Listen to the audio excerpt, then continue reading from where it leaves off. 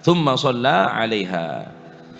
Kemudian Nabi SAW menyolati dekat jenazah orang bini saya berbuat zina. Sayyidina Umar tanya dekat Gusti Kanjeng Nabi. Faqala Umar, atusalli 'alaiha ya Rasulullah wa qad zanat? Apakah engkau akan melaksanakan salat jenazah kepada perempuan yang telah melakukan perzinaan ya Rasulullah?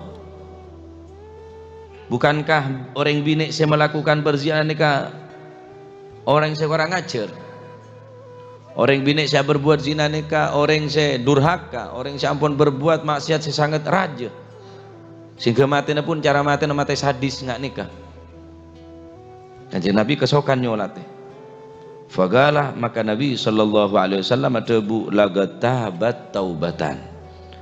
Benar-benar orang bini ria telah bertaubat taubatan dengan taubat yang sebenar-benarnya.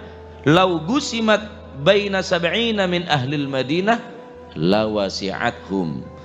Andai kata taubat orang bini ria bagi dekat petong polo orang dari penduduk kota Madinah, lawasi'athum, maka taubat orang bini ria mencukupi dekat orang petong polo si ahli ngalakon entusah cukup kalau bentuk orang bini situng kalau.